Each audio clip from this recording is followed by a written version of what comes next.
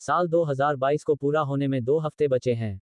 चालू वर्ष को ईरान के हिजाब विरोधी प्रदर्शनों और रशिया यूक्रेन युद्ध के लिए याद किया जाएगा। 24 फरवरी से रशिया की सैन्य कार्रवाई के परिणाम न केवल यूक्रेन बल्कि पूरी दुनिया भुगत रही है। अमेरिका ने यूक्रेन को सपोर्ट कर रशिया पर आर्थिक प्रतिबंध लगाए और यूरोपियन देशों ने उनमें से आधे को ही लागू किया, जिससे यूरोप में आर्थिक संकट पैदा हो गया क्योंकि रशिया के क्रूड और नेचुरल गैस पर यूरोप हमेशा से निर्भर रहा है। NATO, North Atlantic Treaty Organization, दुनिया का सबसे बड़ा रशिया विरोधी सैन्य संगठन भी इनडायरेक्ट रूप से सक्रिय है और हर कोई तीसरे विश्व युद्ध और परमाणु परीक्षण के खतरे में जी रहा है। 1992 में सोवियत संघ के पतन के बाद रशिया ने यूक्रेन के नाटो में शामिल होने के आग्रह के खिलाफ सैन्य कार्रवाई शुरू की।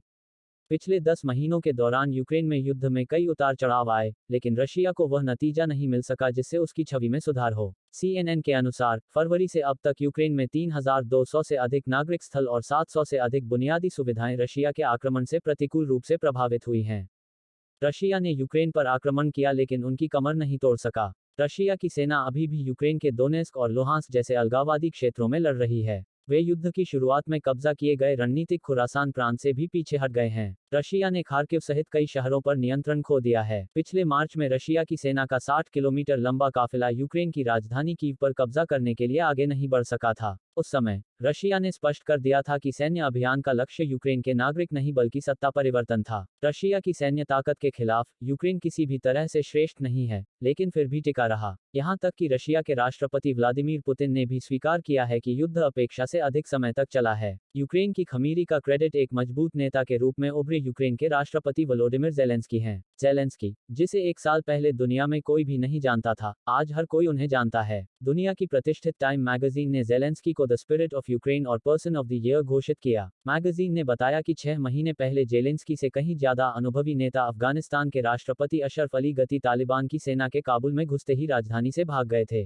2014 में ज़ेलेंस्की के पूर्वज विक्टर यानुकोविच कीव से भाग गए जब प्रदर्शनकारी उनके घर के नजदीक पहुंच गए, जबकि ज़ेलेंस्की की पीढ़ी अभी भी विदेशी आक्रमणकारियों का डटकर सामना कर रही है। ये स्पष्ट है कि यूक्रेन के राष्ट्रपति का चुनाव करने का निर्णय कितना स्पष्ट था। ज़ेलेंस्की ने भी बहादुरी से खेरसोन की यात्रा की, एक ऐसा क्षेत्र जो कुछ समय के लिए रशिया के कब्जे में था। फरवरी में रशिया ने यूक्रेन पर आक्रमण किया तब यूक्रेन की राजधानी कीव छोड़ने से इनकार करते हुए राष्ट्रपति ज़ेलेंस्की ने युद्धग्रस्त देश का दौरा किया और जनता को संबोधित किया। ज़ेलेंस्की को अपनी सुरक्षा की भी परवाह नहीं थी।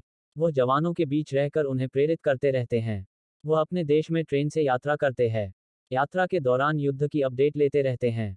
युद्ध की शुरुआत में यूरोपीय संसद को एक भावनात्मक संबोधन किया कि साबित करो कि हमको मरने नहीं दोगे, आप साबित करें कि आप वास्तव में यूरोपीय हैं, तभी जीवन मृत्यु पर विजय प्राप्त करेगा और प्रकाश अंधकार पर विजय प्राप्त करेगा। जब उन्होंने बनकर से अमेरिकी कांग्रेस को संबोधित किया तो उन्होंने खड़े होकर तालियां बजाईं। जब अमेरिका ने यूक्रेन के राष्ट्रपति को भाग जाने और शरण लेने की पेशकश की तो ज़ेलेंस्की ने अमेरिकी सलाह को ये कहते हुए अस्वीकार कर दिया कि उनके देश को उनकी बहुत आवश्यकता है। हथियार मांगकर युद्ध लड़ने की नीति को अपना लिया गया था।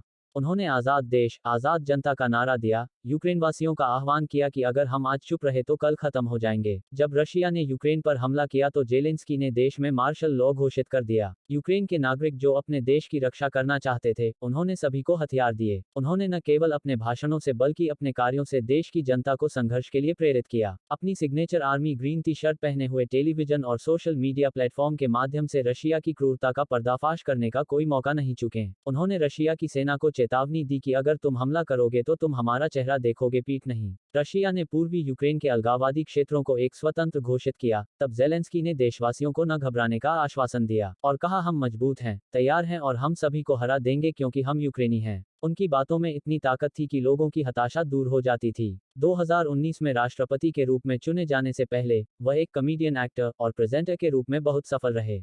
44 वर्षीय Zelensky servant of the people में एक स्कूल शिक्षक की भूमिका निभाई। शो की कहानी में सरकार का मजाक उड़ाने वाला एक वीडियो वायरल होने के बाद स्कूल शिक्षक वासिली गोलोबोरोड यूक्रेन के राष्ट्रपति बन जाते हैं। संयोगवश जब सच में 2019 में यूक्रेन के राष्ट्रपति बने थे तब उनका प्रशासन साधारण रहा था। यूक्रेनियन लोगों को आवश्यकता से अधिक महत्वाकांक्षी वादे किए गए थे। उन्होंने पूर्वी यूक्रेन में संघर्ष को हल करने के लिए एक मिन्स्क समझौते की तैयारी की, लेकिन इसका कभी भी हल नहीं निकला। पैंड्रा पेपर्स ने अंतर्राष्ट्रीय विवाद को जन्म दिया, जिसमें खुलासा हुआ कि ज़ेलेंस्की के बिजनेस पार्टनर्स में से एक ने लंदन की महंगी कंपनी में इन्वेस्ट किया था। यह ज़ेलेंस्की यूक्रेन युद्ध में एक अलग प्रतिभा के रूप में उभरा है। ज़ेलेंस्की के आलोचकों का मानना है कि नाटो में यूक्रेन के प्रवेश पर उनके आग्रह के कारण लाखों यूक्रेनियन रेफ्यूजीज बन गए हैं। नाटो कोई दूध से धुला हुआ संगठन नहीं है, बल्कि रशिया और अमेरिका के साथ यूरोप और अमेरिका के ऐतिहासिक पूर्वाग्रहों का एक उत्पाद है। यूक्रेन में रशियन मूल के कई लोग रहते हैं। रशिया एक पड़ोसी देश है और इसकी एक सांस्कृतिक विरासत है। अमेरिका से जेवलिन मिसाइल, तुर्की से ड्रोन और जर्मनी से टेक्नोलॉजी और स्वीडन से रक्षा प्रणाली जैसे हथियारों के बावजूद यूक्रेनियन रशियन आक्रमण से पूरी तरह सुरक्षित नहीं हो सके। तन,